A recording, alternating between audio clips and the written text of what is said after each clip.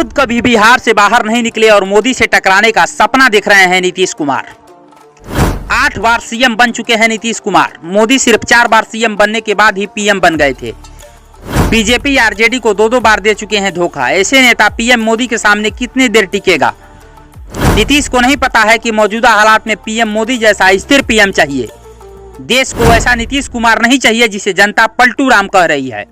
जी हां, नीतीश कुमार ने गत 10 अगस्त को 8वीं बार सीएम पद की शपथ ली। बीजेपी नेतृत्व वाले एनडीए के साथ नाता तोड़ने के बाद सीएम ने इस्तीफा दे दिया था और राजद के साथ महागठबंधन के साथ मिलकर पुनः सरकार का गठन कर लिया। सीएम पद की शपथ लेने के बाद उन्हें लग रहा है कि बिहार के भगवान बन गए हैं। अब उन्हें सीधा सीएम से पीएम बनने के सपने आने लगे हैं। मोदी को चुनौती देते हुए उन्होंने इतना तक कह दिया कि जो 2014 में आए थे वे 2024 में हमेशा के लिए चले जाएंगे। एक सवाल के जवाब में उन्होंने कहा कि 2024 में मैं सीएम नहीं रहूंगा। मतलब समझ रहे हैं आप? मतलब ये है कि नीतीश कुमार 2024 में फिर इस्तीफा देंगे और पीएम पद की रेस में दौड़ेंगे।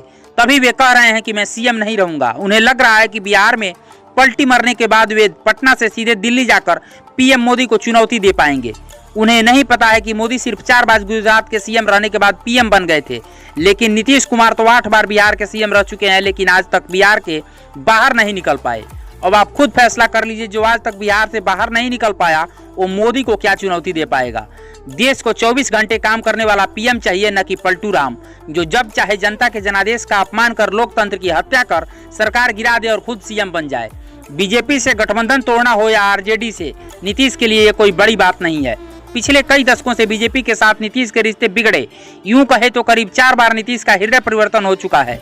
आइए अब हम आपको दिखाते हैं कि बीते 30 सालों में कब कब नीतीश कुमार ने पलटी मारी और सहयोगियों के साथ रिश्ते तोड़े।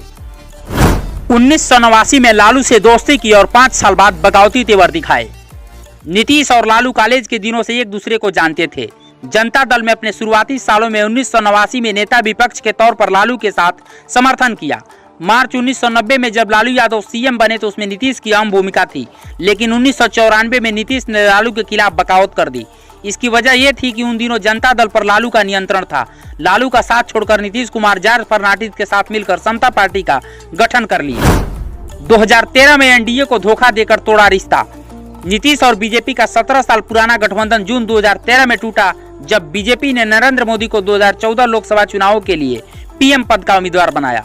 नीतीश ने उस समय सांप्रदायिकता का हवाला देते हुए रिश्ते तोड़ लिए और कह दिया कि मिट्टी में मिल जाएंगे, लेकिन बीजेपी के साथ वापस नहीं जाएंगे। 2017 में आरजेडी से किनारा, फिर से बीजेपी को मिलाया हाथ। 2 साल के अंदर ही नीतीश ने जेडीयू, कांग्रेस और आरजेडी से मिलकर महागठबंधन बना लिया, जो 2017 में टूट गया। जो बीजेपी के लिए 3 साल पहले कह रहे थे कि मिट्टी में मिल जाएंगे, बीजेपी के साथ नहीं जाएंगे, उसी बीजेपी के साथ सरकार बना ली। और 2022 में फिर से बीजेपी से हुआ मोहभंग।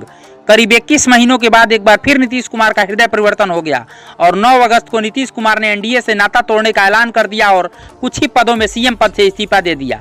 कुछ ही घंटों में लालू की आरजेडी से हाथ मिला लिया और 10 अगस्त को आरजेडी के समर्थन से पुनः सीएम पद की शपथ ली। वाह नीतीश जी वाह!